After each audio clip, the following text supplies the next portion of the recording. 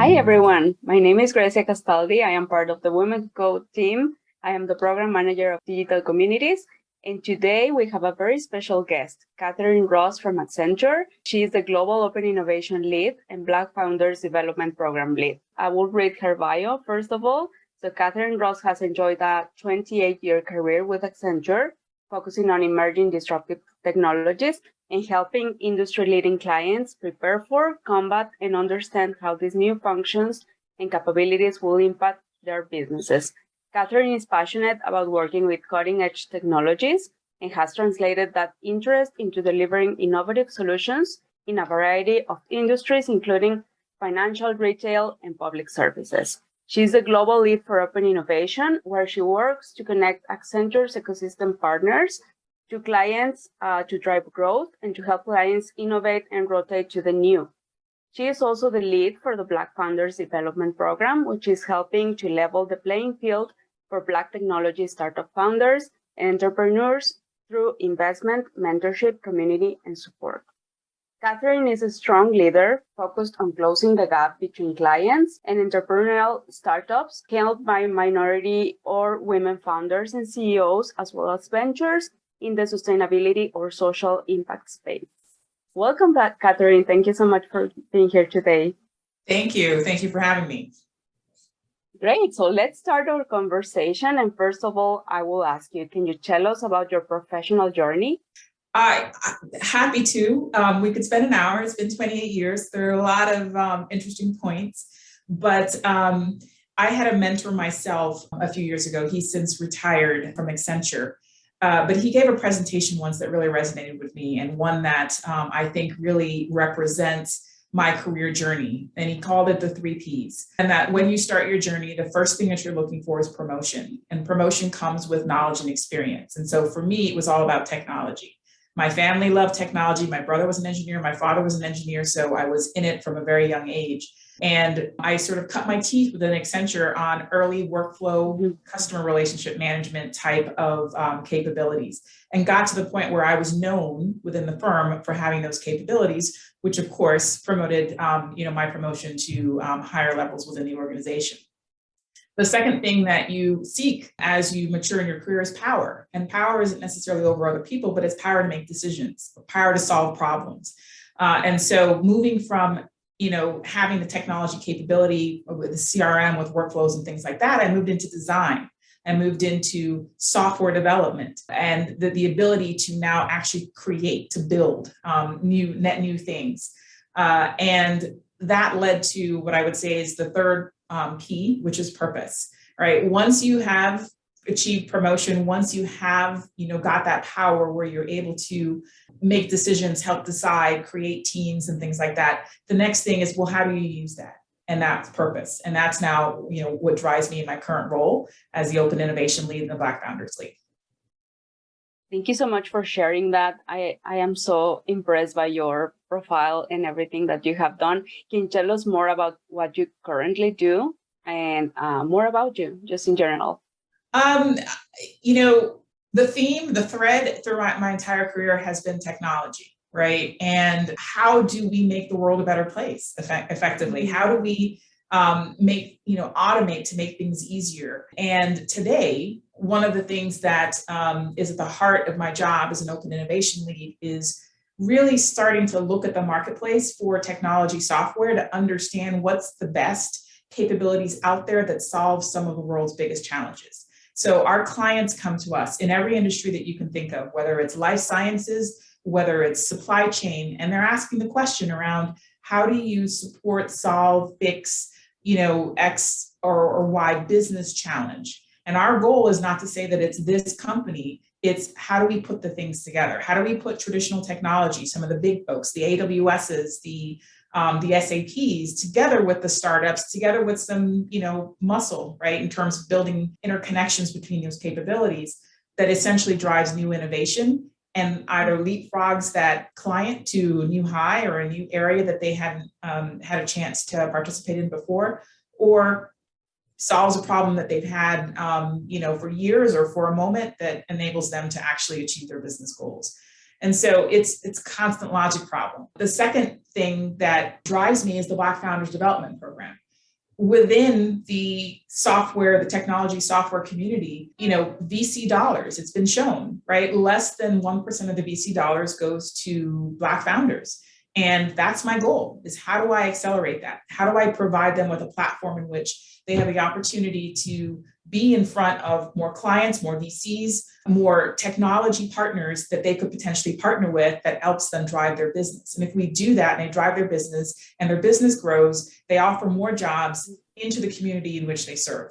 And I think that's fundamentally what we're trying to do from an economic empowerment standpoint. So I've now figured out how to meld the two sides of my job into one daily effort. Thank you so much. Okay, let's go first with Accenture. I have known Accenture from many years ago, and I know it is a great place to work. So tell me, how is it to work at Accenture? Can you tell us about the culture at this company? Accenture is 700,000 plus people. When I joined, it was 29,000 people, right? So, I mean, it's a significant shift. It is a small country at this point, right? And as many small countries, every organization has what I would say is its own culture, right? Whether they are internal facing or external facing. I think the thread at the core of Accenture is our core values, which has always been about respect for the individual. It's always been about serving our clients and bringing one global Accenture together.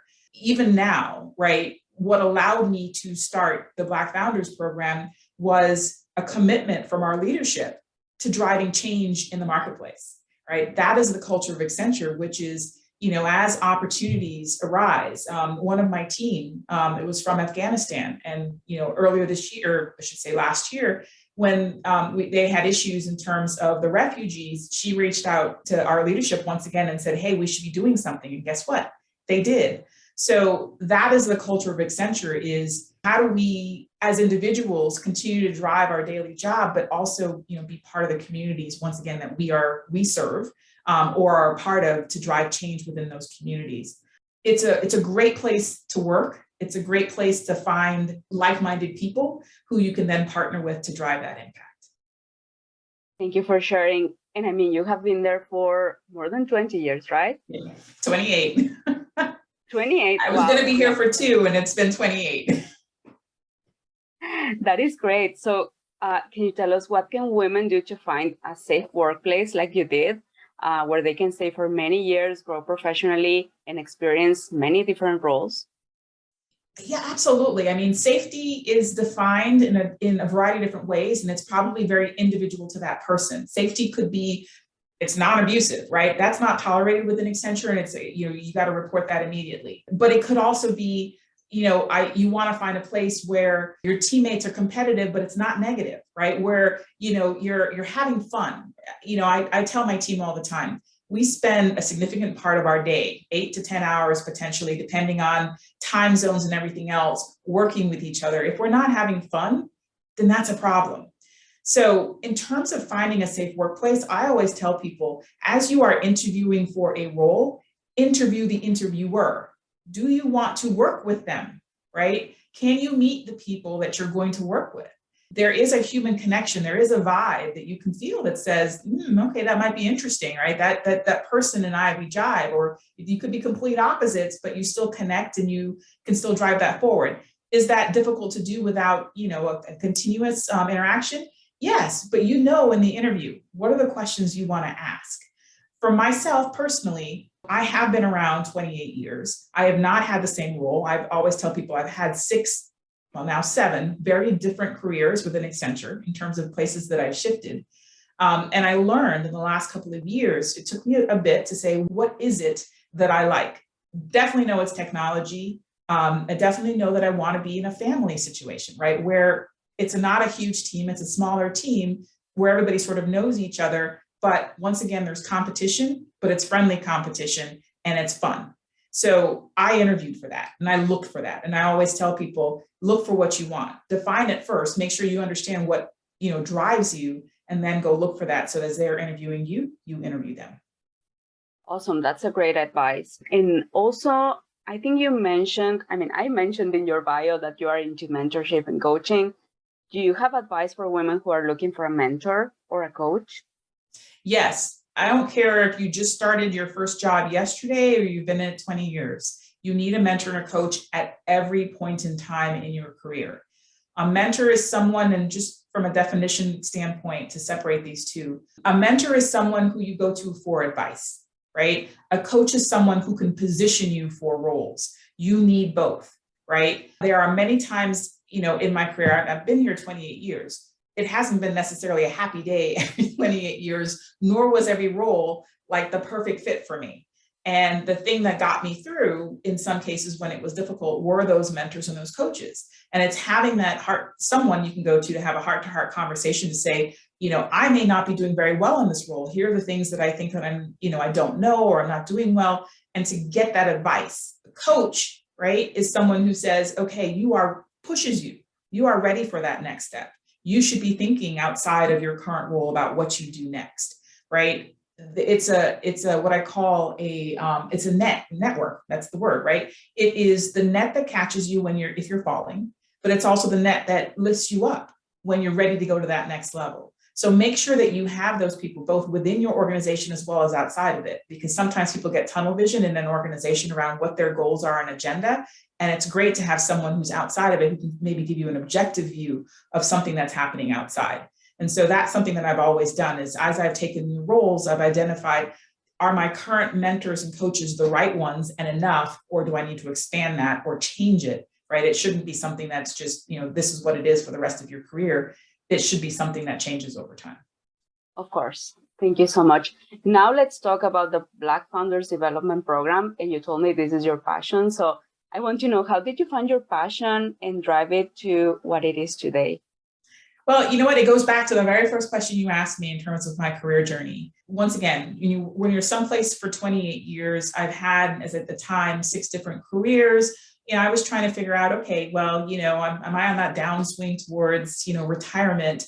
I'm not necessarily looking for future promotion, but I am looking to make an impact, right? Whether it's internally or externally. I had the benefit of having a wonderful coach in this case, who invited me and said, hey, Kathy, I'd love you to come over to our Accenture Ventures team, investments. It's technology, but I'd never done investments. So it was interesting. I was like, okay, this is different. And it'll allow me to stretch myself. Personally, at the same time, I have come from a family of entrepreneurs. My mother's an entrepreneur. My husband's an entrepreneur. My kids are aspiring entrepreneurs. And I saw the difficulties that they had, if you will, driving, their ideas, if you will, into the marketplace.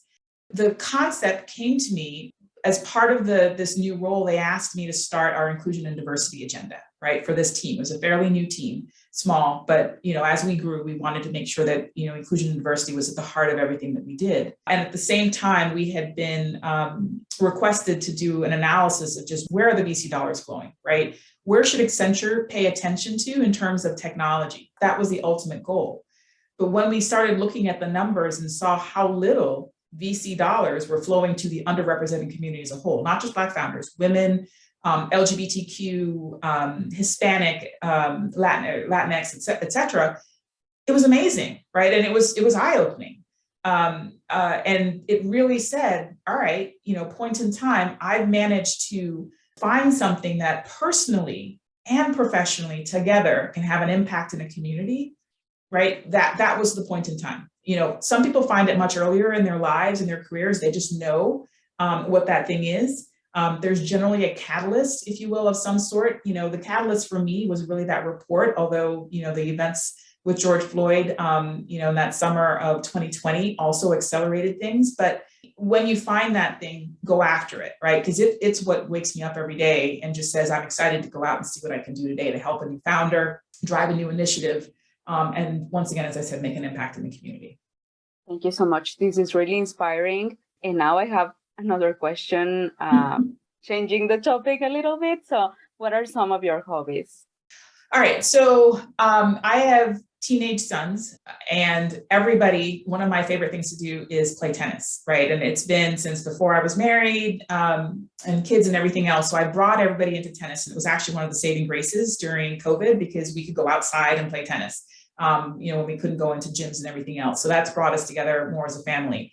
Love to travel. Obviously, that was curtailed quite a bit, but hopefully we'll open back up. I'm a reader. I love to learn new things. I do fiction, nonfiction, all kinds of books. I probably read 3 to 4 books a week. But I'll go back to the thing that's probably at the base of everything is I love technology. So new technologies as they come out, right? So as soon as the Oculuses and the metaverses, now, of course, that's my kids as well, but come out, right? Those are the things that you want to get in. They're doing it for games. I'm doing it for games too. But on the flip side, I'm also looking at it from a business perspective to understand, okay, what does this add value to for our clients? What can this do, if you will, that I need to translate into from business to technology terms and vice versa?